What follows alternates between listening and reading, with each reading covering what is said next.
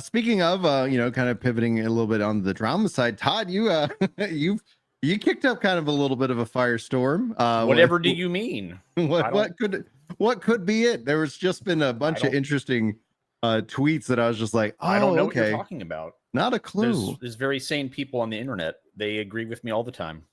All the time. But you put together an incredibly detailed post. I kind of went over it in a video because I thought it was like really highlighted a lot of key points, etc. And I was like, we got to have you on. We got to sit down and talk about the state of Final Fantasy. We got to look at MMORPGs. I didn't, we were talking to the pre-show. Like, I've been playing Final Fantasy XI, and Final Fantasy XI is also getting real popular all of a sudden. And I think that in and of itself just really is like, I'm excited to like, I hope if we think about voting with our wallets, I'm like, I should send a message to Square Enix.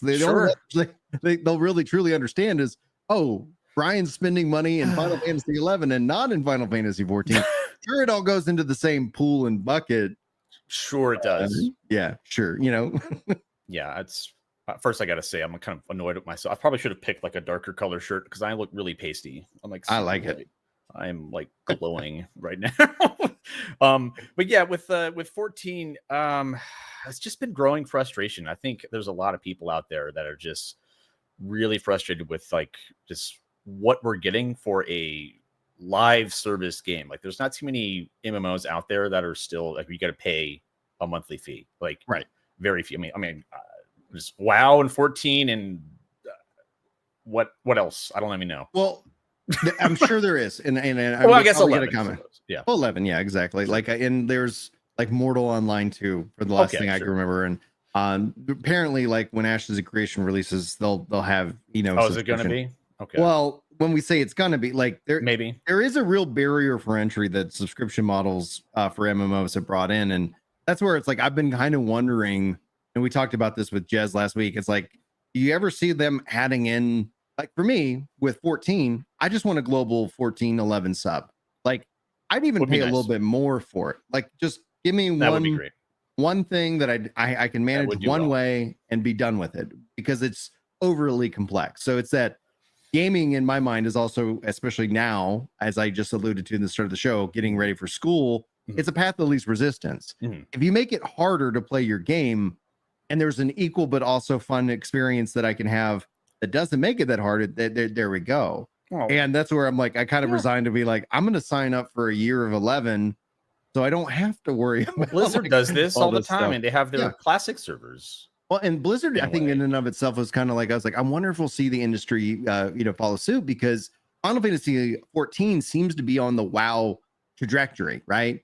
And that's where it's like things like with WoW and like Game Pass, I was like, is there a way, like with Final Fantasy 14's free to play, free trial system, etc., that it's like, maybe you say, hey, if you've got, PlayStation Plus or Game Pass or whatever, like you kind of have the free trial and we kind of get some extra kickback by it, so that there's a financial, and I don't know. Like, I just wonder if that the industry and the gaming as the genre in and of itself is ripe for kind of a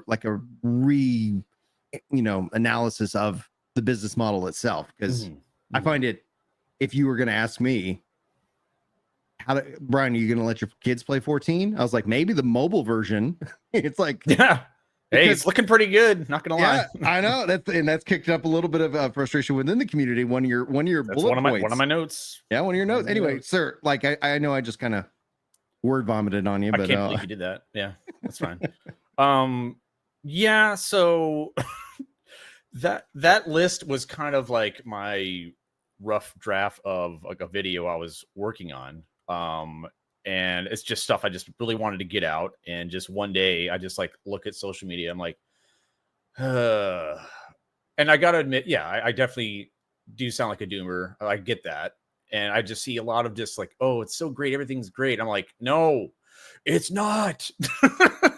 But like, let's be real. I'm like, can we just be real for a second? And I just kind of like blasted out like all the things that like all my gripes, all my main gripes. I didn't quite elaborate. And I do think if I had just like put my thoughts down like in a video, like like a 30-minute thing, it would have like made a bit more sense. I probably wouldn't have gotten a lot of people angry. But at the same time, I'm glad it's out there. I'm glad it riled people up. And I'm also glad to see that I would say probably the majority of the replies were kind of in my favor, at least with like my bullet points about the game. Yeah, that's the thing about social media though, is that it puts all voices like on the same platform. Right. So it makes it sound like if you walked into a room and you said that, and there were 100 people and 99 people were like, spot on. Yeah, bro. Exactly. Yeah, the one person in the room that you'll never hear, but it's like that because the way the social media works is like, and how our brains focus, like you can easily hyperfixate on that one negative voice. Be like, all right.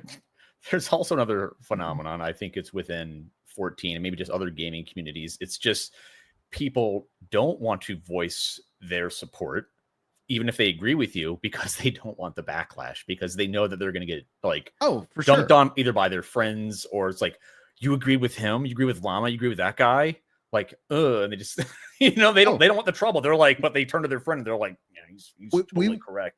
We were laughing about that with Cole, because it's like there's this preamble that like before you give Final Fantasy XIV critique, it's like you kind of have to pre-defend the position you're about to take. It's a compliment sandwich. It's like, what it is. It's like you say something nice, and then you say like what you really want to say, and then you finish with something nice. It's just nice and digestible.